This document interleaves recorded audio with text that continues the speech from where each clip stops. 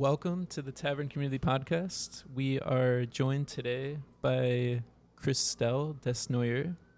She is former Chief of Staff to the CEO of Techstars and to the SVP of Consulting at Kyndryl, a spinoff from IBM. As featured in Newsweek, she is a fractional CRO and also a sitting board member of the biggest chapter of La French Tech New York, affiliated with the French government. Crystelle, thank you so much for joining us. We're thrilled to have you. Thank you so much for having me. I'm really excited to be here. So I must say, as an alum of Y Combinator and the Antler community. Yeah. Wow, we're getting into it. Just straight away. Techstars. I had it coming. Techstars is one of my favorite accelerators. That's so cool that you have that prior experience as chief of staff to the CEO there. What was that like? Oh my God, that's a very short question and long answer. I mean, I loved my job at Techstars.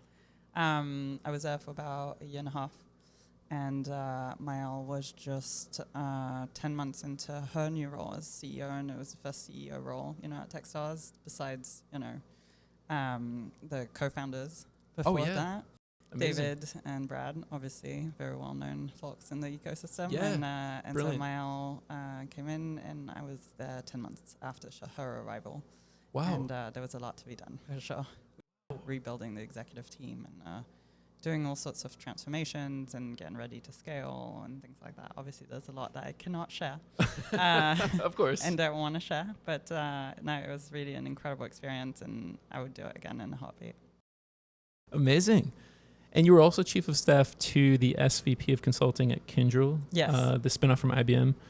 So for the community members who are wondering, because we see chief of staff in the news sometimes, yes. sometimes in a political context. A lot in TV shows recently that I've been noticing, yes, as well. It's become a cool thing, for sure. Yes. No, I think there's a lot of questions, at least that I have, like around, like the day-to-day of a chief of staff. In my mind, from the TV shows I've seen and, the political news articles and things I've read, yeah. I've heard of, a variety of functions, like pretty much, from HR and recruiting all the way to, like operational management, time management, yep. Scheduling. Hell no. It's not a chief of staff if they're doing scheduling. Okay, interesting. That's an EA job, which is totally fine. I have a lot of respect for the EAs, incredible partners, and frankly, a chief of staff without an incredible EA is not a good chief of staff. So very, very reliant on the EAs, but there is no scheduling involved in a chief of staff role. Interesting. So for the audience, EA, executive assistant. Yep. Do you usually find those two positions coupled together? Yes. Okay. I mean, again, you can't manage a person without having their logistics being taken care of, and the logistics is on the EA side. Interesting. And do you ever deal with the human, psychological, emotional side of relationships? I do a lot. Amazing. That's what the chief of staff does. As any human in a workplace, you're basically an 8-year-old in an adult body, and so you are taking care of a lot of 8-year-olds, and you are an 8-year-old yourself. So managing yourself while you're managing others is always tricky, just like any leadership role. And you're definitely the psychotherapist of a lot of people as a chief of staff. Wow. Because there's a lot of dotted lines, and you're leading through influence, and you're supposed to be the best friend of everyone, That's how you get a lot of secrets. That's how you know a lot of things, and that's when you can best support teams on an emotional level. Yeah. Yep. Wow. I have the visual of Varys from Game of Thrones in my mind. Well, it's funny that you say that. Spiders. I've been playing Game of Thrones a lot recently, and I have friends who might be listening to this that will laugh out loud when they do. No, it's an amazing show. I've binged it twice now, and I definitely want to do a third time around. Okay. I've never watched the show, but I've read all the books. Wow. Actually, that's one of the books that held me up at night while I was crossing the Atlantic. Wow. And I was doing my night shift from 11 p.m. till 3 a.m. So. Okay, we need to mention side quest. Crossing the Atlantic. I don't think it should be legal to just casually throw that out there in a conversation and then move on. Sorry. So, crossing the Atlantic literally. Like in a boat. On a boat. Wow. Yeah. Wow. Little caveat. So that's like my founder story.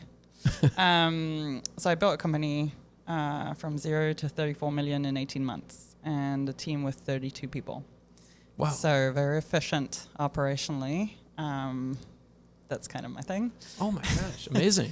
And we were based out of New York. We had native speakers recruited here, but we were selling in Europe as our MVP, making enough cash to then launch the US, right? It was a D2C company. We were one of the first few Blue Ocean in Europe selling through Instagram. Wow. So D2C, hair care, beauty, had never done that before in my life. Okay. I was more B2B,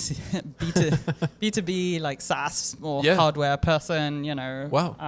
All that good stuff. And all of a sudden I was doing D2C out of nowhere, building a brand for women in beauty. Okay, amazing. So they either manufactured or created a hair care line of products. Exactly. Okay. And we were selling through influencers on Instagram when most people weren't doing that. Wow. What year was it? So we launched it. I'll never forget the day we launched it. I had a lot of fever, I was sick, and I was competing in Tango that day. Tango. Anyway. Okay, we need to go into that later too.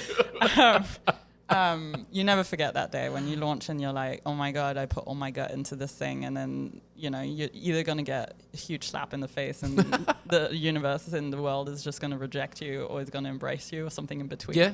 It was definitely something in between because we only sold 8 items the first day. Really? Yeah. That's actually a huge success. I mean, I'm used to I've had many flat more launches. than 0 was a success. Like the standards were low, but sure. But at the end of the day, when you think about it, it's hilarious because we had over 1 million customers by the end of it. Wow. Yeah, it was incredible. That adventure was incredible. But to get back to the Atlantic crossing, so I was the first employee, right? So the CEO hired me, and he was like, "Okay, we're gonna do this now. We're gonna hire 2 people." I'm like, "Great." Okay. 10 days later, we had a team. So you hired chief of staff. No, we didn't have a chief of staff. Oh wow. Okay. So what was your what would you say your job title was at that time? Just make shit happen. Okay, classic. Classic, early stage startup, let's say. Yeah. Jack of all trades. It's jack of all trades, and I had built 26 companies by then, and I was 26 then. Amazing. Yeah, so one per year. One per year, I guess. No, but I was selling building multiple kids on the playground, with your homemade. No, actually, I was a bit older than that. I can't remember, to be honest. Wow. Okay. It was 2018, so I was 30. Not that long ago. I'll never forget those moments because we were in our co-working space right by the Freedom Tower down there. It was in Alicorp, the Verizon co-working space that no longer exists already. Wow. And a lot of the friends I made during that time at that co-working space are still like really close friends because we were all building stuff. And amazing. Yeah, co-working is really, really incredible because at 2 a.m. you look at each other and you're all wondering, what are you still doing here in the office? I mean, I was just looking at my Pomelo photos recently. The company was called Pomelo & Co. Okay. And I was looking at that sleeping bag moment, which we all have as a founder. We've slept in the office, for sure. And I was going to produce a photo shoot. I'm a tech SaaS person. Yes. I had no place to produce a photo shoot. I mean, it was ridiculous. And so I was doing it. For the products? Yeah, in order to put on the with models pages. And all that stuff. Wow. Okay. Yeah, like I was... Because that is correlated to higher sales, I'm assuming, right? I mean, it's quality of photos? I had a photographer that was coaching me through how to produce this thing. Okay. That I found on a Facebook group. And at the time, and most people will know this, it was a Facebook group. It was called Dreamers Doers. Wow, okay. From Geisha, who now lives in Jackson Hole. Okay. Yeah, so she built that community, and everything's community. So it was a Facebook group, and I was asking for photographer, and that person really helped me out. So that was great. Anyway, I love that. Is that a local New York group, or are they? Yeah, Dreamers Doers is a big female entrepreneurs community. Amazing. Okay, and they're still active? Yeah. Okay. 10 years. We just celebrated 10 years not too long ago. Wow. Yeah. Okay, so people just search on Facebook groups or Facebook search. Dreamers Doers. So now it's like Dreamers a paid Doers. community, a little bit like Tavern community. Yeah. But yeah, it used to be a Facebook group. Wow, that's amazing. No, I love all female. You said all female. Okay, cool. So it's a way for you to find collaborators, build up your entrepreneurial endeavors. Okay. Yeah, it's women supporting women, and it's a great group. And shout out to Geisha, obviously. And she uses media as a tool to scale. Wow. We'll get into that a little later, but she features a lot of the founders in press and media. So. Wow. So you found a female photographer. And So I she found a helped female you. photographer. She helped me out produce this goddamn thing. That was the first time I was doing that. I mean, it was like a little girl's dream come true. I was doing something that was such a nerd techie, and all of a sudden I was producing a beauty photo shoot, which was So hilarious. models came. You have So the we had product. models. Yeah, we had models. I Wow. had gone shopping at Wow. Marshalls and Target downtown.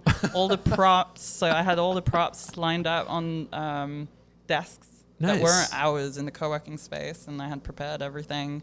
Wow. I had a lot of help from my team members at the time as well. And yeah, I went to bed at 2. And I Wow. got up at 6. And I slept at the office in my sleeping bag. Wow. Wow. Okay. So can you comment on the direct or perhaps indirect impact that, let's say, a photo shoot had on the...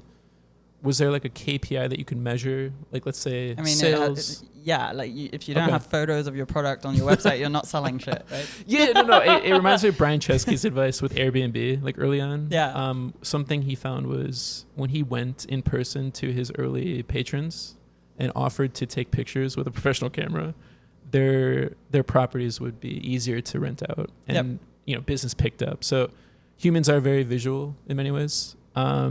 So that makes a lot of sense. So it sounds like if you are starting an e-commerce company or you have something that you're marketing on Instagram, Facebook, etc., invest in a photo shoot. Yeah, Okay. for sure. Okay. Pointer number 1. That's great advice. And do you mind commenting on how much that cost, or was that At that the negotiated? time, it was definitely negotiated. You Okay. negotiate everything in life, guys. If you're not negotiating, you're doing something wrong. Point number 2. Whether it's university, whether it's even at Macy's for dresses, like God, America's amazing. Okay? Macy's, you can negotiate. You can negotiate Wow. anything in this country, anywhere. Wow. Yes. What? Yes, I have done it. No. Okay. We'll have to talk after this because I'm looking for a new pair of jeans, and Okay, Macy's Levi's, has a Times Square, you'll be fine. I have my negotiator with me today. 15% off. Let's go. So you collaborate. You publish the photos, and you see sales start to pick up. It sounds like. Yep. Okay. And at this point, how many team members are there? I think we had the 2. I don't know if I had the intern yet. We had 2. Wow. Yeah, 2 people and me. It's a small team. Yeah. Wow. Very small team. And that co-working space, was that like a monthly fee? Did they do like a lease on a I think space? it was monthly. Okay. Yeah. And we switched to primary later on with Liz, who used to work at WeWork. Oh, amazing. Yeah. Amazing. Yeah, I'm a mega fan of WeWork. I sometimes keep that on the DL because technically, we're trying to build a version 2.0, like a better, more accessible co-working model. Yeah. With Tavern. But I can say I have spent many overnights at WeWork. Shout out to 575 Lexington. It's my favorite location in New York. Okay, so you wake up at 6 a.m. and do you post process these? Do you have to find like an editor? So I had a person. I can't remember how I found that person. I have to think about that. It's been a while, Yeah. Okay. So yeah, definitely the editing, and by the end of it, we had 19 SKUs. So we launched a lot of products. Shout out to Adam Lee, best chemist out there in beauty. He's killing it right now, actually. And launched 19 SKUs. And then we had to kind of like Photoshop the products together because we were building bundles. Okay. And we had so many of them that we had to kind of like stick them together. And so there was a lot of post-production work. That was coordinating. Okay. It's a lot of attention to detail, and the OCD side was so happy. Amazing. Okay. And I know that the impetus for this story was a through line to crossing the Atlantic. So basically what happened, long story short, The CEO left the company under some pressure from the investors. Wow. Which was unfortunate, although our numbers were great. And then I was unfortunately let go 6 months later. Okay. As the founding team. And the company unfortunately wasn't worth anything 10 months later. Wow. What?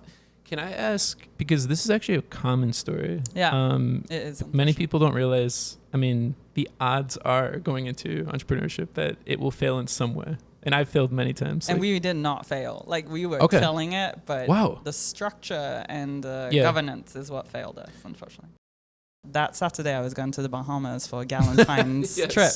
Okay. So it was President's Day, and we were 3 divorcees, and so we were just going to go have fun on the beach, right? So we did that, and I had nothing to come home to. Yeah. Which was really sad, because I was living and breathing this company for a few years, 2.5 years. Yeah, but the wisdom you picked up, I mean, I'm sure that definitely qualified you for these amazing future positions coming your way, right? For sure. I mean, not even, that's life, right? It's experience. For sure. And so I decided to extend my stay and go scuba dive with the tiger sharks. Amazing. As one does. As one does. I happen to be a rescue diver and a big conservationist for sharks. I'm a sea shepherd. Wow. And this was just for me. Tiger Beach is a big bucket list item if you're a shark diver. And so I went to see the tiger sharks.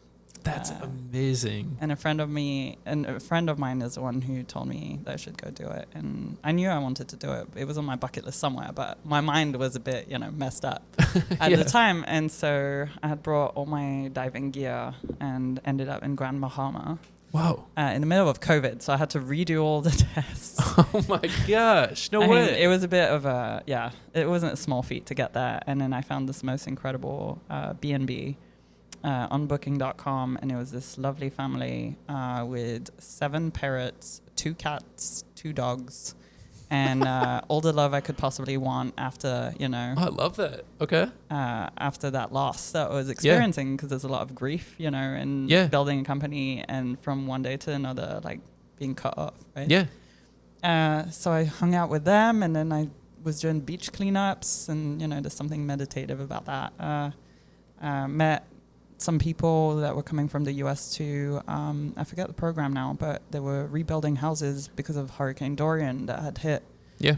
And they took me to a piece of the island that was devastation. Mm. I mean, it was really, really hard to see. You just had a toilet sticking out of the ground, and the rest of the house was just ruined. Wow. Yeah. It was really hard to watch. You had like underwear hanging on trees. I mean, it was like ridiculous. We saw that on the news, but until you see it for yourself, it's pretty heartbreaking. Yeah. And that was 2019, but I was in 2021. Wow. So 2 years later still. Yeah. Wow. A lot of the insurances and things like that were not working or just pulled out. So there was a lot of devastation there. And I ended up learning how to build a roof. Okay. So building a roof, like as in a roof. Really? Like laying shingles? Yeah. Really? Yeah. Oh my gosh, that's amazing.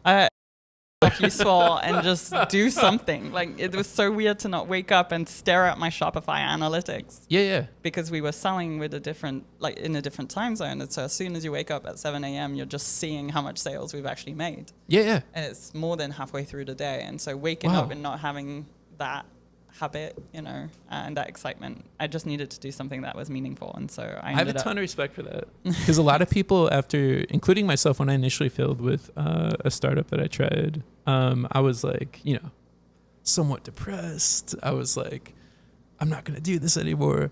And then, it was through anger helps. Yeah. So, but what I love is that you're like reframing, a situation that could easily be interpreted as, a lot of people may be hurt by that emotionally, or maybe they're not as risk tolerant. So therefore they go through something like that and they're like, okay, I'm just going to do 9 to 5 for the rest of my life, or something like that, Yeah, I mean, everyone responds differently, and we can get into that if you want to, but like human psychology is a big thing. And, I grew up in a broken home, and, tough childhood. My dad was, violent and verbally abusive alcoholic. And most people don't know this. Actually, it's the first time I'm saying it out loud. Wow. At least publicly like this. And, the trauma you live as a kid is what defines you and what you do. And so common law in France, I was growing up in France, requires you to do a 50-50 custody. And my mom was a stay-at-home mom. Wow. So we couldn't get out until I turned 16. Wow. Yeah. And yeah, he's not a bad person. He's just unfortunately the victim of a disease that's called alcoholism. So yeah. Yeah, that was not easy, and that definitely built a lot of resiliency and the fighter in me that most people know and love and cherish. And, yes. And so I guess probably makes you like a world-class chief of staff, and a fractional Well, the CRO. tolerance for pain is very high, for sure. Yeah. But just like founders, that's the thing, right? Like you don't just like start a company because you've had the most loving, relaxing childhood. Like you just don't. Yeah. No, a lot of the impetuses that I hear about are people are not escaping a reality that they're not satisfied with, but perhaps they are either masking some sort of pain from another side of their life, or they simply feel like they're not living up to their full potential, or they feel this deeper, almost divine calling to do something in the world. And sometimes mortality hits them and they think, wow, we're not going to live forever, right? Well, there's that, but it's more like injustice is a big trigger that you're seeing a lot of founders and people that do or things that are a bit extraordinary, let's say. Yeah. What are the other triggers? I had studied this actually. I was so intrigued because at Techstars you have all these people and you're like, wow, you can do this at scale, That's amazing. Oh my gosh, the data that you have is precious. Yeah, Techstars data is incredible for sure. But going back to human psychology, the tolerance for pain is like a really big thing. Yep. And I think I start most of my speaking gigs with, hey, who has experienced trauma, right? Yeah. And most of the people in the room will put their hand up. Wow. Yeah. So you're not necessarily, let's say, a prisoner to your circumstances, perhaps no, you're not. Forever. And you can always find a way to either reframe something. Yeah. Okay. And that's a good lesson for the audience to... You can always reframe your story and your narrative. It's a lot of therapy, so definitely put a budget aside. And good therapists, unfortunately, don't usually take insurance. So, no, lots of therapy later. There's a lot of that positive thinking and gratitude is really, really important. And, just staying positive and being actively happy is just like building a company. It's not something you do intentionally. It's not something that just happens. Wow. We were talking about it earlier. Like right now I'm dog sitting. Yeah. I actually signed up on Rover. Amazing. Why? So it would help me with a recent breakup because unconditional love from an animal, especially a dog, is just incredible. And sometimes you just find yourself sad and you don't know how to get out of it. And I can tell you, how about let's incredible. I used to be a horse rider. Perhaps. I am a horse rider, but in the city, unfortunately, it's a bit difficult. I love animals. And so, I signed up on Rover and I was like, I can't own a dog full time, but I'll take care of somebody else's dog and, do that. Yeah. And it's been working great. So intentional happiness is really something that I do every day. I love that. I mean, I have Millie and Maisie, my two little kitties. I'm not sure if you've seen them here yet. I haven't seen them, no. They've been hiding. They're probably watching us. They're very sneaky. Cats are sneaky. Yeah, I know. Just look up in the some of the crevices around here. But to get back to the story. Yeah, so you're on the beach. I'm on the beach. With your two friends. No, I mean, I did that, but they left already. I ended up extending my trip twice. Wow. Because I really didn't want to go home. This was February 2021. Wow. And, at some point I was like, okay, I can't extend this anymore. And I was on the beach doing a beach cleanup. Okay. And then there was this one tiki bar on that beach, most incredible beach, by the way. And I was alone. Wow. Very meditative. I was like looking into the ocean, etc. Amazing. And I got rid of the plastic at that tiki bar, and the bartender, he started asking me all these questions. Where you from? What's your name? What do you do? La la la. Yeah. And I felt a bit overwhelmed. And then, I mean, some bartenders are way more social than others, right? He was lovely. Honestly, I owe him, one of my best bucket list moments because he then introduced me to 3 guys that were there. Okay, I was gonna ask, how do you form a trusting relationship so fast? And that makes sense. So someone like- introduced you. Just warm like the way intro. you recruit. Just like the way you recruit. So Yes. there were three guys. One was a local guy engineer that was building cruise ships. Okay. So being a big, sustainability person, and I had been on those big cruise ships, actually, or expedition ships in Antarctica, and so I had all my nerdy questions to ask him. Yep. And the two other guys were German. Okay. And there was an older guy and a younger guy. And so they said, we just came from Mexico and we're crossing the Atlantic. And in that moment, everything slowed down. And did you visualize yourself like on the deck, like Titanic style, Rose with her arms open? I did have that moment. But no, what happened is that a year prior, and that's where you kind of have this moment where you look at yourself, you stare at yourself, and you just like do this. You just shake your head at yourself, and you're like, nope. You're not doing this. And then you're looking back and you're like, yeah, I'm totally doing this. And there was this moment a year prior. I had watched a documentary called The Maiden. Okay. It's the first all-female sailing crew. Wow. That sailed and competed against men. Wow. Doing the all-around-the-world race. Wow. Amazing.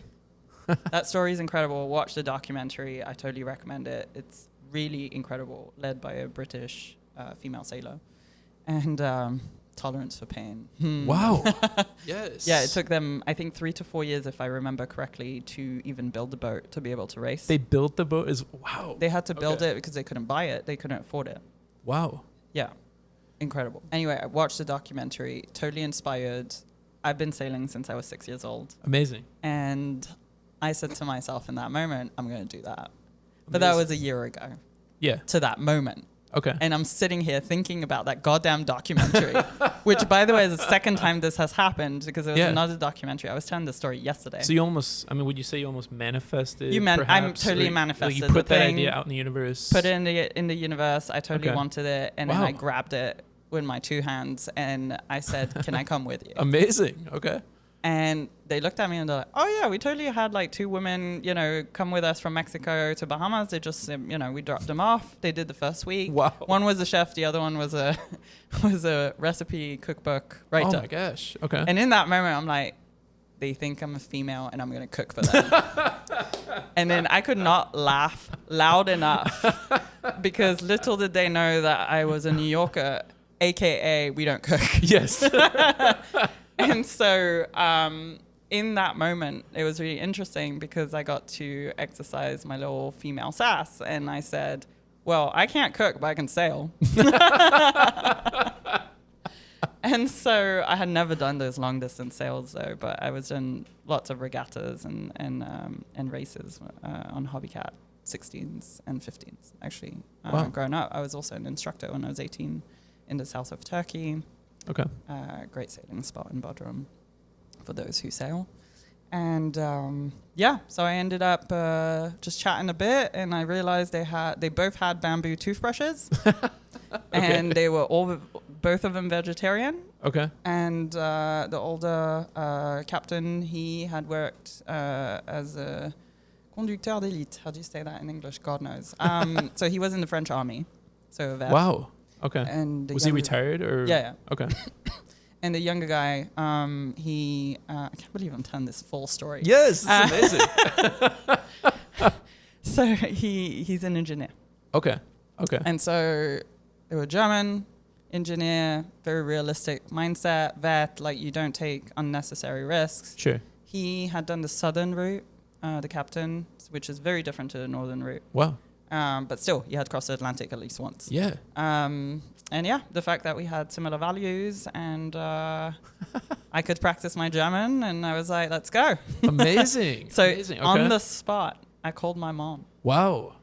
And again, I can't believe I'm sharing this. She's going to die. I called my mom and I said, "Mom, yes, darling. Well, I decided to do something." She's like, "Oh."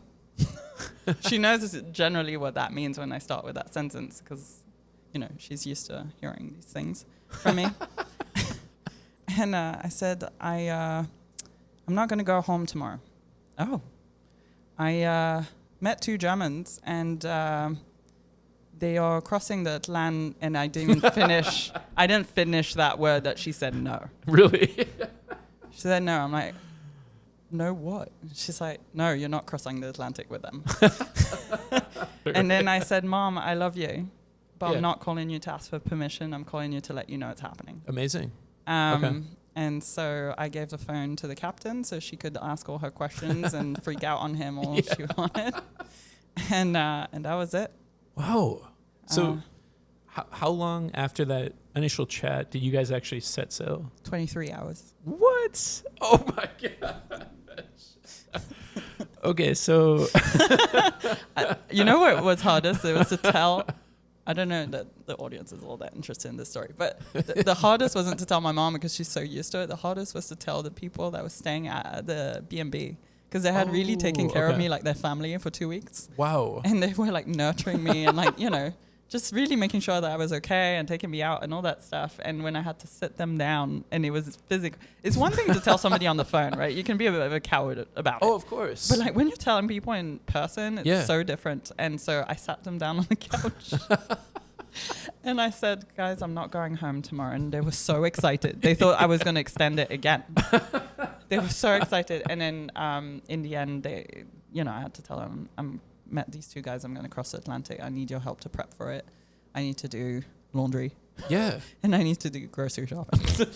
Because I'm leaving in 23 hours. Exactly. So what I did do after meeting the guys, though, I went to see the boat because I wanted to see the condition of the boat that I was going to be on. It was a 44-foot, 12-year-old lagoon. Really? Catamaran, yeah. So it wasn't a monohull, so that makes it a bit more comfortable. Were there like bunks? Like what was it? Okay. So we had cabins. It was quite luxurious, to be honest. Wow. Like we were 3 of us. How many feet? Do you remember? 44. 44? Yeah. Amazing. Okay. So fairly small. I mean, it sounds massive to me, but 44-foot catamaran. Okay. Yeah. Okay. That's the class of ship. Yeah. Okay. So instead of being a monohull, you have 2. Wow. So you bring all your luggage. I brought all my luggage. So I had my entire scuba diving gear with me. Oh my God. And I had a windbreaker. That was it. I had a windbreaker. Oh my gosh. Yeah. So the windbreaker lasted about 3 days. Oh my. I had a hole in my back. Because you're winching. You're not just sitting around. This is not a beach. Winching, like winching, as in like pulling up the sails and doing work. Okay. So what was the ETA when you started? Like, was the captain okay? It's roughly going to be 14 days or 7 days. So it takes a month. Oh my gosh. Yeah, it takes a month to get to Gibraltar. Wow. Yeah. Were you on schedule or did it go a little bit? Well, we hit 2 storms, so that was a bit of an issue. We're on the ship right now recording this for context. We're still at sea. I flew out to yeah, by Crystelle. the way, let's kind of get back to the conversation on like founders and stuff. No, I don't know that this is all that this is no. I think there are so many analogies. The analogy is like, come prepared or not. Yeah. But just have your mindset straight. Yeah. That's the number one thing, right? So the moment they told me my shifts were going to be 11 a.m. till 3 p.m. I was like, oh, great, fantastic. Yes. And then 11 p.m. to 3 a.m. I was on the night shift, so the captain could sleep at night. Wow. And rest. So we had the shitty shifts. I mean, so could you see the stars, for instance? Oh my God. I mean, those moon rises. Wow. It looks like, especially when it's full. Yeah. It's golden. I don't know. It's a color that I've never seen before, and it looks like a dragon. And I was reading Game of Thrones, okay? So I was in full Game of Thrones mode, and it looked like a dragon's eye because it was peeking through clouds. Yeah. So the thick clouds, and you had the moon in the middle, and it's just unreal. And you see the entire Milky Way, and oh my gosh! I mean, do moments like that, kind of like remind you of how like majestic this existence is, and like maybe perhaps how small we are. Yes. I think it's more like we're completely insignificant, especially when you're in the middle of the ocean, which is such a force, right? So you're at the mercy. You're this tiny ant at the mercy of this ginormous force that can swallow you in 5 seconds. Yes. And so it just humbles you, Yeah. And they say I love that. They say the water is an emotional body, so like anything that you kind of hold on to emotionally. You know, you kind of like do your little rage with the ocean. You match the ocean's energy. It's kind of really interesting. So those days where like there's a lot of energy and waves. Wow. And I won't tell you the storms and all that stuff, like the lightning, all that stuff. You're just like, wow. Obviously, you're fearing for your life every second of the moment, and kind of like a startup. But you're also like, yes, the terror notion that we were discussing with Ben. That's definitely something. Yeah. I don't know that I experienced terror in the Atlantic, to be honest. I had fear, but like terror is a strong word for me. But there was that moment where we were staring, all three of us, at the waves that were crashing onto the boat oh my God. From the inside, and there was lightning. And lightning's always the scariest thing, especially when you're the only thing sticking out in the ocean. Yeah. And then I look at the guys and I look at them and I'm like, I'm kind of scared right now. It's like 60 knot winds and all that good stuff. And and when these two dudes don't answer, silence after that statement, you know that they're also shitting at fear. For sure. Wow. Otherwise, I would have said something. What about the old captain? Was he? No, that was all fear. Wow. I mean, the mainsail broke. The sheet went into one of the two engines, propellers. So we were hanging on to this one engine. Oh my gosh. And we were worried that we would run out of fuel. So what is like in a SOS situation? Like, do you have like flare guns? Do you have like the flare guns do nothing if you're alone in the ocean, my dear. Yes. Like what is there like a radio call that like, is there a signal you can send out? So no, you're so far in the ocean that there's no radio. Oh my signal. gosh. So you can't call Coast Guard. Wow. You're on your own.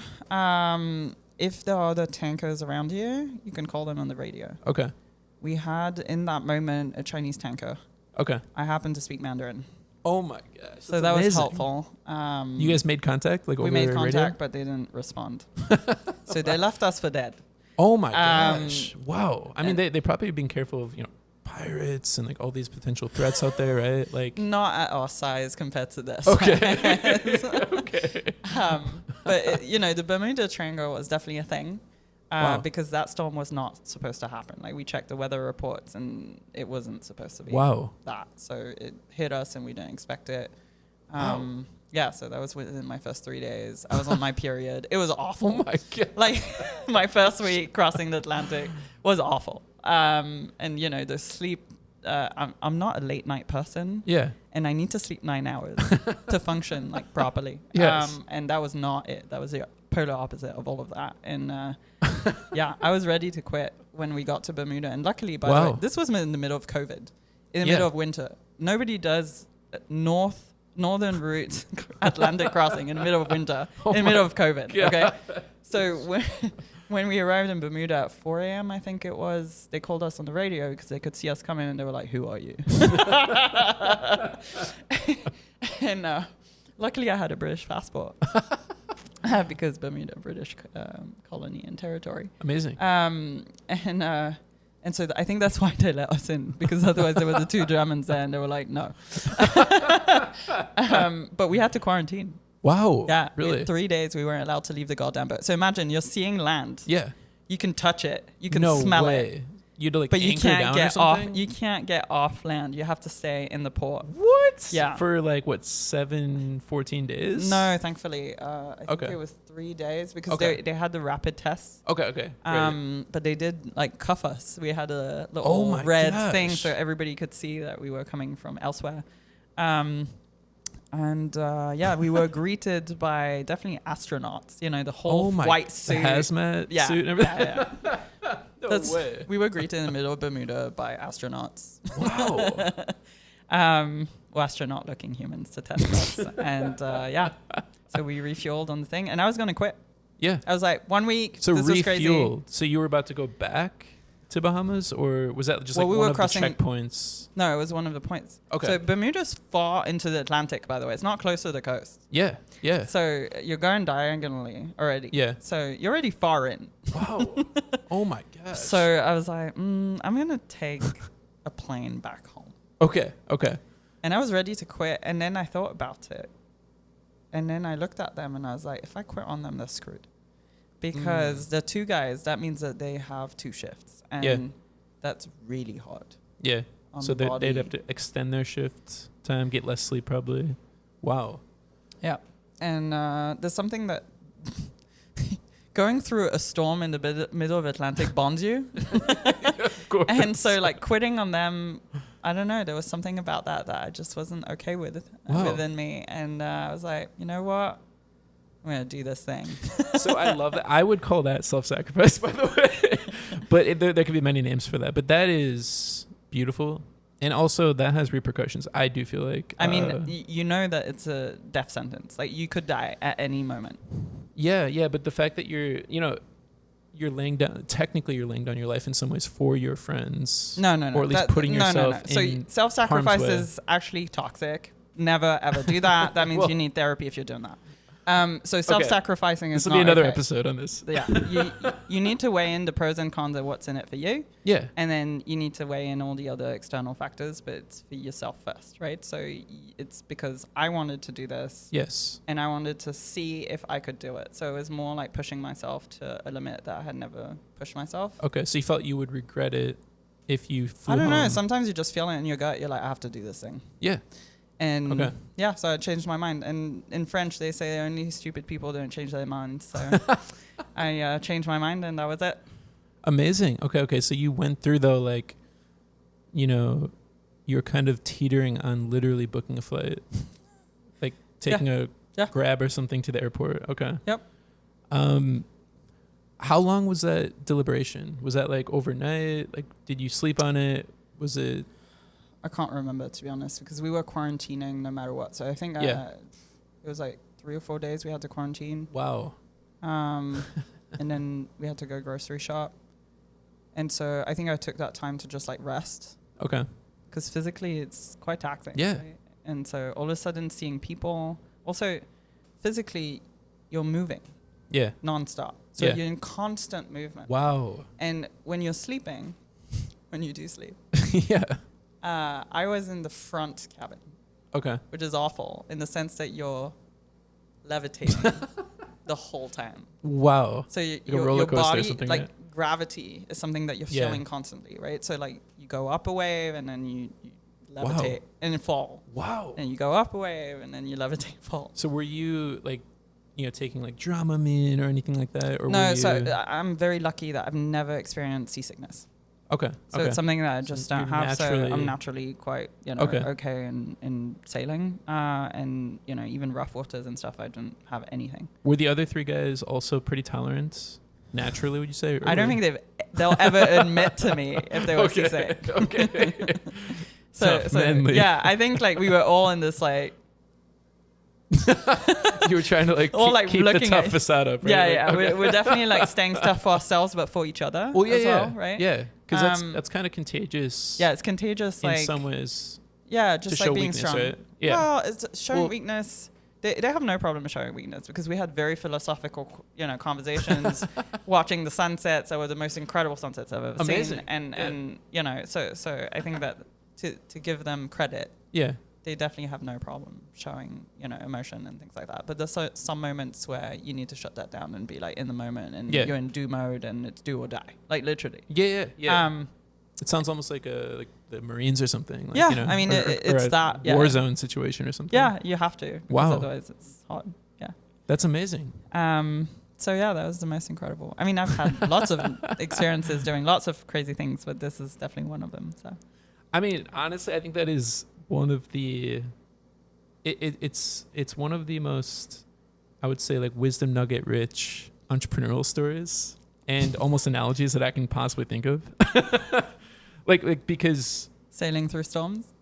Well, yeah, sailing through storms, but facing your fears, and also on the fly, like even at the tiki hut, you were doing seemingly like reasonable calculations of risk. Oh yeah, I mean I'm a risk management person that never stops doing that, unfortunately, because trauma, right? Like when you're in a dangerous environment non-stop, you're constantly calculating risk. Yeah. Right, and it becomes inherent and things like that. So for me, risk management is something that I push to the limit. Okay. Especially when it's only me involved, and yeah, I mean, adrenaline is, Yeah, it's the best drug. Yes. No, that's just a vital skill for aspiring entrepreneurs, I would say. Like a lot of the most successful entrepreneurs I've met and seen, like in action, they calculate risks really fast. Well, they don't even realize that they're doing that. I had a really great panel, I think it was in September last year, with older generations. So I think they were Gen X. Okay. And I asked them, how do you manage risk? And they were like, what risk? They literally looked at me dead serious and they were like, what risk? And I'm like, okay, you don't even realize. Yeah. And you're ready to risk absolutely everything. Yeah. And so, yeah, there's definitely that analogy when you're a founder, for sure. That is... So I will say shout out to Bill Ole from MIT. He published a book called Disciplined Entrepreneurship. It's one of my favorite books on entrepreneurship. And similar to how you collected data for Techstars, he collected data on startups that went through MIT's Entrepreneurial Institute.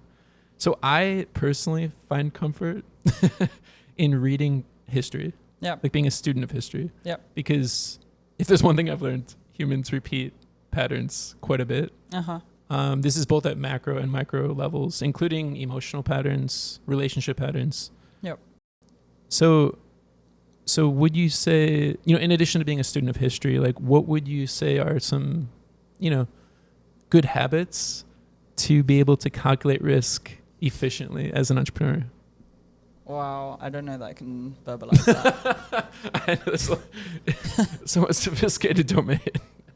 I mean, it's more about how far you're willing to go and understand the risks for yourself and the people that you're pulling into it, right? Okay. And conscious versus unconscious. If you're doing it consciously and you know what you're doing, it's like Formula One drivers, right? Isn't it 20% of the time it's literally life or death? Wow. Yeah. They can... Wow. So split-second decisions, right? if you're willing to risk it all, but you're doing it consciously and you know what you're doing as opposed to unconsciously, I think, it's fine. But you have to manage expectations of your team and making sure that they're willing to go there with you, right? So, yeah. Financial risk is a huge one to manage. Emotional risk, like some people will just break down emotionally on you and then you're by yourself and you didn't expect that. Wow. They'll quit. Whatever. I mean, very similarly to Atlantic Crossing, right? And yes. Quit, and nearly quit. That's why it's such a great analogy. So I think it's emotional risk, it's financial risk, it's physical risk. Okay. Yeah, I would say those three. Yeah, so financial risk. Reputational risk is one as well, obviously. For sure.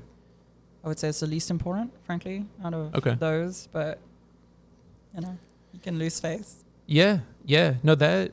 I really respect you for, putting your friends before your own personal interests in that situation when you're in that checkpoint, deciding to whether or not to fly home. Because moral of the story is, if you make a choice that doesn't sit well with you, like that could cause more harm in, your successive decisions moving forward.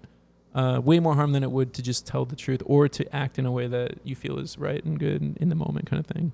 I mean, it has to feel good in your gut and you hope for the best for the rest of it. So yes, and for sure. I had a WhatsApp group of about 100 people that I had put because the one thing that I said, we had a satellite phone. And so I was allowed to text once every 4 days. And so what I was texting to my mom was our location. Okay. So she could follow where we were at. Yeah. And text it to the rest of the group. Full disclosure, I only had one person out of the 100 that actually was supportive of me doing this. Wow. Everybody else was like, you're crazy, you're going to die, you're going to get raped and thrown into the ocean. Wow. Like, it's so funny how people were more worried about me doing this with guys. Interesting. As opposed to me crossing the Atlantic. Why? Because they don't know what crossing the Atlantic actually looks like and means. Yeah. As opposed to risking myself as a female on a closed environment with men. Yeah. And I found that very odd. Yeah.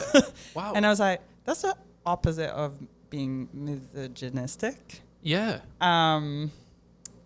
Is it risky in that realm? Sure. But like I have more chances to die because of the ocean than being, thrown out of the boat Of course. by these men. So that was really interesting psychology that I had to very quickly take with a grain of salt. Yeah. But it was really great to have at least one person support me in doing what I was doing. So. I just have to look up how many people have crossed the Atlantic in the history of humans. Because well, it depends how, because I'm supporting a guy right now who rowed the Atlantic twice. That's amazing. And he's going to row the Pacific. I'm actually supporting him and finding sponsors. So what? Anyone that would want to sponsor him, please let me know. Oh my gosh. But yeah, so we were at the Explorers Club yesterday. That's actually incredible. Because you're literally among a very small group of people, historically. How many people? I haven't looked this up, so I have no idea. So in 2024, it was nearly 20,000. But That's there a were lot. also significant deaths, like, of that group. Okay. So there Don't were, tell me. I don't want to know. There's certain things you don't want to know. But that was 2024. I wonder in 2021 because it was COVID, right? Yeah. So that is fascinating. And also, by the way, there are 1,913 rowers, which is kind of crazy. I don't even know. That's a lot of people. Yeah. Anyway, that's beside the point. 8,605 in 2021. Okay. 8,000. What? So 3 of us. Dude, that is... Okay. Wait, what percentage... Oh no, we've lost Frank on ChatGPT. Dude, this is crazy. That's 0.0001% of the world's population. That's amazing. It's hard to say that you've done anything, that anyone's ever done anything in that kind of range. Like, that's really cool.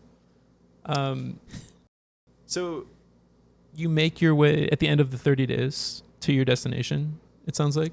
So not quite. So it took us 8 days to get to Bermuda and then 15 days from Bermuda to the Azores, so Portugal. Wow. Yeah.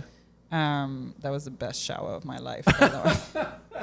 And, so no shower on the boat. Did you guys go swimming, like in open water? I did go swimming. Amazing. The boat never stopped, so you're being dragged by the boat.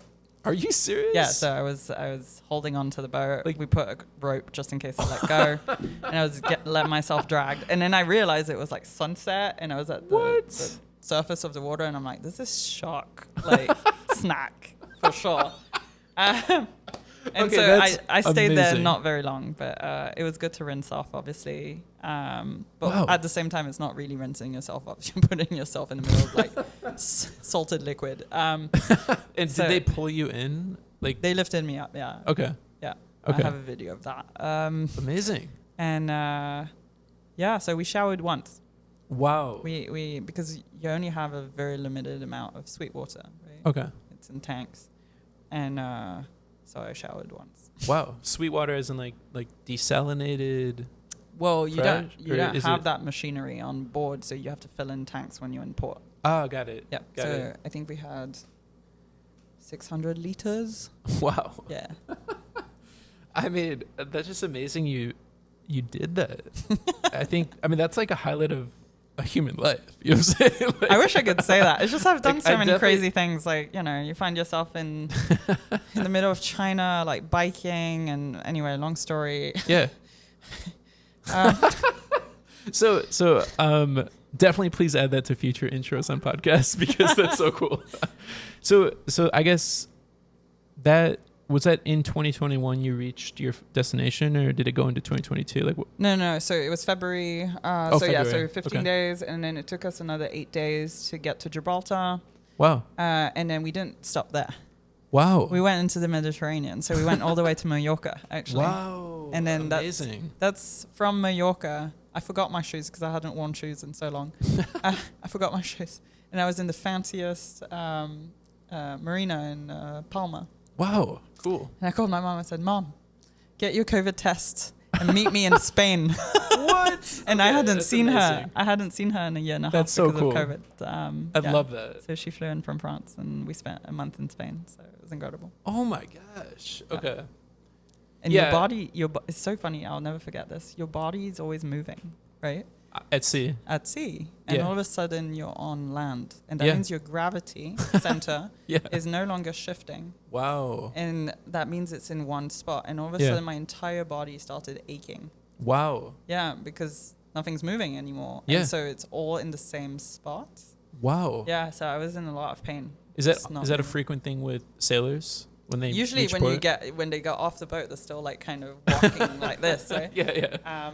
So there was definitely that, but yeah, I was in a lot of pain for about 3 days. Wow. So, okay, so you spend time with your mom. That's amazing. Yep. And then you fly back to New York. Yeah, I flew back to New York a month after because I had to pay for my taxes. Tax day was in May that year. They pushed it, and I had to go do my taxes because I had just left everything, right? Yeah. So like, if you were to just say like pre-transatlantic crossing Crystelle and post-transatlantic crossing Crystelle, yeah. but like, are there any like lessons you kind of think about on the daily or somewhat frequently, like post that journey? I mean, you have to be in the moment. It's so cliche to say that, but it's really true, is that you can have all the weather forecasts you can possibly think of, and you can have a goddamn storm hit you anyway. For sure. And you won't even see it coming, right? So I think it's really being in the moment, and it's similar to rock climbing, actually. When you rock climb, you're just thinking about that moment and that specific move, etc. You're not thinking about what you did 5 minutes ago, and you're not thinking about what you're about to do. So it's really that similar aspect. I'm also a rock climber. Yo, MPHC, my gym. They have an awesome rock climbing wall They right do, here. actually. Yeah. Yep. So if you ever want to meet up there, I have guest passes. Okay. Unless you remember, I'm not sure. No, I'm not. But, It is so fun. yeah, I'm a beginner though. I'm learning. Yeah. We should take a crew there for sure. The next meetup, tech meetup. But It's really hard. I too. think like the transformation was more I had let go of my sadness, and at the same time I was like, I just went from building the most epic company that I was seeing around to crossing the Atlantic and doing the most epic life experience. And so it wasn't really a loss; it was a gain. Yeah, for sure. And I was so grateful and still am, and then it led me to my job at Techstars. So amazing. I mean, yeah, it was really, really great. Everything was meant to be, and it was just the way it was supposed to be, and I was really happy. And Yeah. So I do love living in the moment as a life lesson, or let's say piece of advice for the audience. Yep. Just curious, like, because we live in an age with social media and with smartphones, and it's kind of like a storm of distractions that we're constantly navigating. Yeah, everybody has ADHD because of that, for sure. Yeah, and it's something I've learned recently is like literally there's a usage metric on iPhones and Android, which is kind of scary, to be honest. Yeah, how many hours you spend on social and how many hours you spend on your phone. I looked at it recently. It was like 14 hours or something. Wow. A day. Yeah, because I watch YouTube and I do things, but like if you do the math on that, like that's just a ridiculous amount of time. So I've been I'll put my phone on Do Not Disturb. I'll do a lot of things like I mean my phone's on mute. Yeah. Like constantly. Yeah. So because I have too many WhatsApp groups that I kind of am in and manage. Yeah. So there's that. It's self-discipline. It really is. Really? Yeah. Okay. So you have to pick a moment in your day where you're offline. Yeah. Yep. Because otherwise you're not in your body, you're in your phone. And yeah, so it's scary. whether it's like you roll out of bed and you go for a walk or run. Yeah. And I'll listen to audiobooks. So technically I'm on my phone, but I'm not looking at my phone, right? So it's my moment, that's mine. Yeah. There's a bit of this weird energy and like FOMO and that like, fear of missing out and just stress. Because you're like, oh, I don't respond to this person and, I don't know, I forgot to post on Instagram. Whatever it is that people stress out over, and the doom scrolling. Yeah, and honestly... They did such a good job at developing this product that's addictive. Well done, honestly. It's golf clap. Yeah, seriously. It's like the psychoanalysts, like the dopamine, like research, all of that just culminated in like this like... It's a drug, pretty much. People are addicted to a drug. And it's if you're an addict, with a drug and you don't think you're an addict or you don't see it like that, it's almost like, it reminds me I looked up research on like the brain, right? And shockingly, the brain actually, if you don't use parts of the brain, they will start to atrophy. Yep. Which is scary. Like, I don't think people realize memory, for instance. Like, if we just outsource our memory skills and things to, like, let's say technological arms or AI or whatever, like, the brain will actually atrophy parts of, those regions of the brain. Yep. So to that, I guess, revelation, if you will, like, something that helps me for the audience is I've been adopting morning walks. Oh, you have? Yeah. Nice. Yeah. So I'll actually try to do 10,000 steps before 10 a.m. Oh my God. Wait, you're talking about addiction, like this whole yeah. step So I don't religion. you don't have to put a number on it, but for me though, like, okay, this is what I do. I walk. My mom cannot live. She sent me a full report last week of how many steps she walked every single day. And I was like, Mom, you do realize you're addicted to this thing. Okay, it's pretty fun because I went from like not tracking anything to like I bought a scale. I bought like a scale that does like body mass, BMI, does fat percentage, all of it. It's so fun. I track on a graph now, like every day. I weigh myself. And I don't know, it's just there's something. I'm a gamer too. Like I like the gamification of it. Okay. But I walk downtown. I walk to either like Chelsea or like one of those neighborhoods. I get coffee. Yeah. And I read. Do you two have books. breakfast before your coffee? No. I actually have been intermittent fasting. So That's worse. You're literally putting the most acidic thing in your gut without priming it with fiber. My friend, you and I need to talk about. I do a multivitamin. And I do like, the Costco, they have like the energy shot things. No, but you can't drink coffee without lining your gut. That's like abrasive. Really? Huh. Yeah. Look into it. I mean, it feels so. It's Also, honestly you're stimulating your brain with this thing. This is a drug, by the way. Coffee is a drug. Oh, caffeine for sure. So you're not even. My friend, we need to fix that. But I will say though that memory, like just the ability to read a book. Yeah. I'll spend like an hour. So you walk and read a book? I'll walk to. I'll tell you off the recording because I don't want to reveal the secret spot. Okay, fair. But I have my peaceful place. Okay, now, and then you read there. somewhere in the vicinity of Chelsea, That sounds Greenwich peaceful. Village area, and I get my coffee and I just read for like an hour. Wow. And I read at least like 2 or 3 pages per 2 books, and then I reflect on it, and then I walk more. So then I walk to another secret place, and that's when I actually start my work day. Yeah. But it really has positively impacted my life, and I feel way healthier. I feel Well, you're by the water, you're outside in nature, and you're just doing something that's off screen, right? Yeah, and also physical activity is something I feel like personally I haven't given it as much TLC as I probably should have. Yeah. But it is a really important factor in the ability to focus, in I would say quality of life. I do Lumosity, the app with the. What is that? It's like little memory brain games. Ah. But I can even track that like in correlation. I'm not doing like a professional scan of the brain or something like some other psychoanalysts have done pre and post, let's say social media addiction or whatever it is. Yeah. But these are really important lessons in a modern age where it's amazing how people are more productive than ever, or they have the capacity to be more productive than ever. Yep. But also the capacity to be more lazy. Yeah. Or to atrophy the disciplines or the parts of the brain that are required to take advantage of the productivity hacks. Yeah. So it's like this weird, it's like you have to give TLC to both seemingly. Yeah. But if you do, the amazing thing is like you can be 25 times as productive now with AI tooling and all these things, right? Yep, exactly. So it's just something I've been learning recently. But I've always said to founders, be the laziest possible founder. Yeah. Because then you'll be the most productive.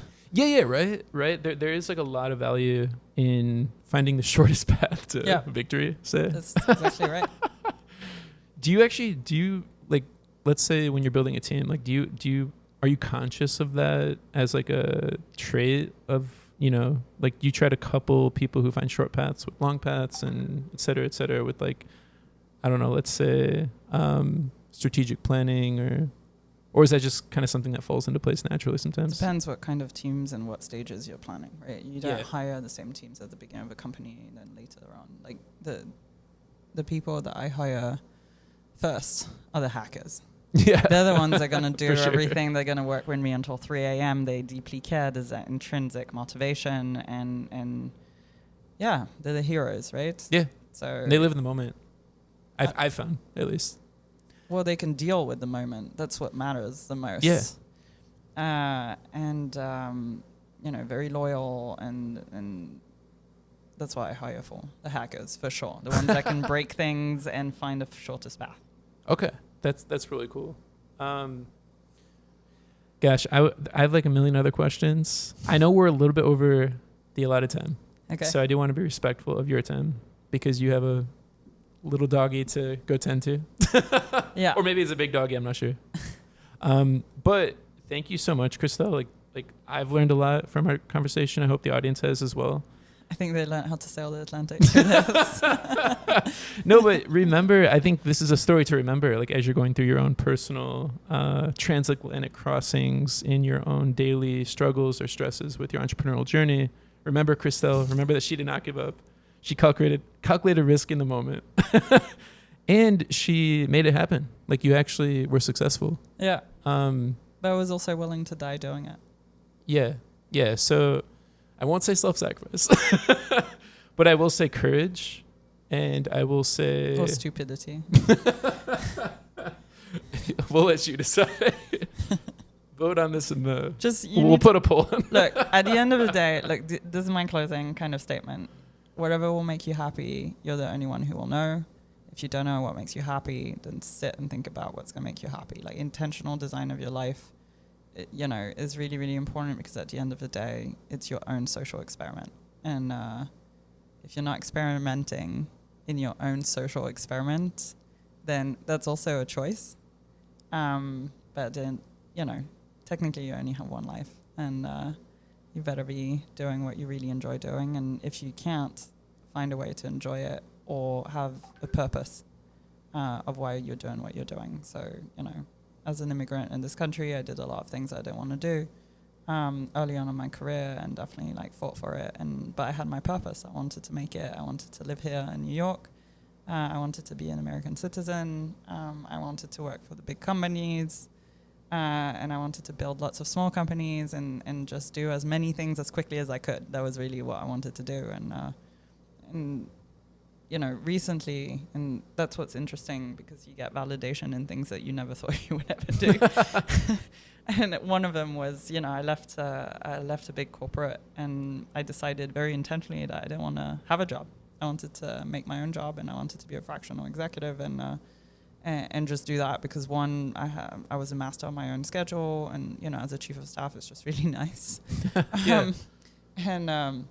Or retired chief of staff rather, and then just really intentionally designing my life and taking everything that I love doing, what gives me energy, what takes energy, and balancing all of that because there's the things you need to do and the things you want to do and the things you're good at.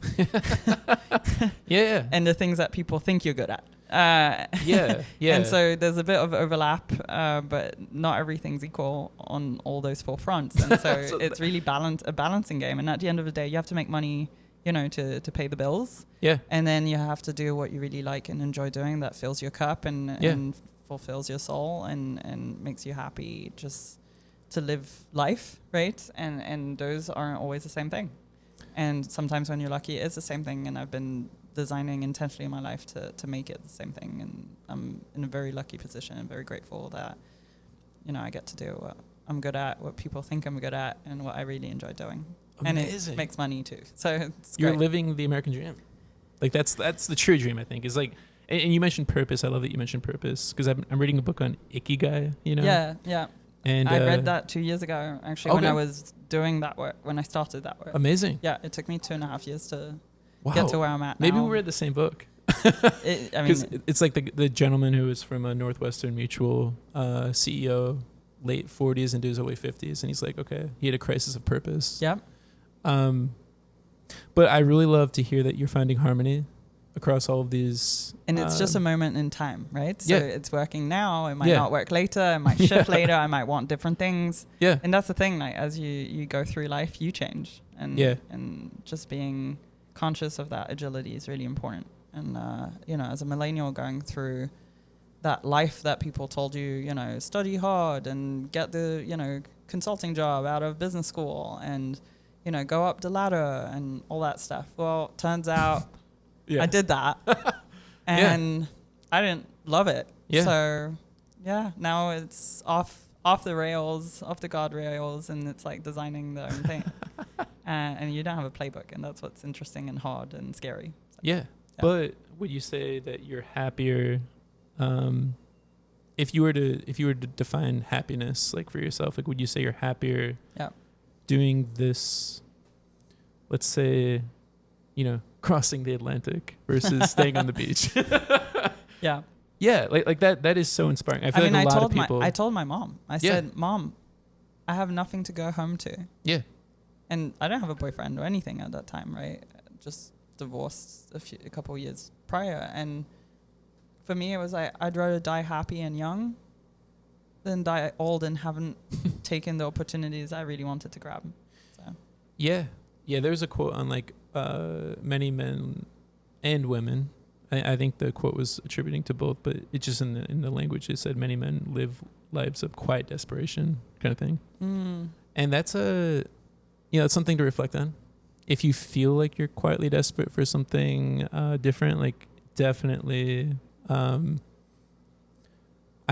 think we empathize in that I think we're both somewhat risk tolerant in that we're both entrepreneurs and we've moved to New York from other places and like we're doing these things. I mean, I had 2 suitcases when I moved here, and I didn't know where I was going to stay my first night. I've lived in London for a little bit. I initially went there just on hostel hopping. Yeah, I remember your story. It's so crazy. Yes. And then I eventually got a flat in Holborn area. Shout out to Holborn and Camden Town. By the way, what he means by flat is apartment. Yes, I know. In England, they call it a flat. But literally, like the next day, I got called to Antler to do a residency with my friends. And then I moved from there. So it's just like, but it was such a happy chapter. Like I really enjoyed that time. Even living in hostels and meeting all these people, really fun. Okay, I would not do that. I've traveled the world. I've stayed in hostels. It's not my first choice. I did sample a lot in London, and I'll give you my creme de la creme list if you'd like to, if you find yourself there and you want to save some money, because it was only like £35. I would never stay there. And by the way, females, don't listen to him. Like, don't do that. No. That's another topic to deep dive on another episode. But yeah, Crystelle, thank you so much for your time and for sharing these stories. I think the goal here is to help enlighten everyone listening and to let you guys know that, if you see entrepreneurs find success, like the chances are they went through a lot of ups and downs and failures, and they took a lot of risks and they lived in the moment, right? So I know Crystelle and I are both, we can both attest to that. But please check out Crystelle's, she's launching a website in 1 week from now. Yep. I'm launching my personal website finally. Yes. Long overdue. Congratulations. So look for that on LinkedIn, and we will tag Crystelle in these posts. So please check out her profile and her current services. Thank you so much. Thanks, Frank. Really appreciate it.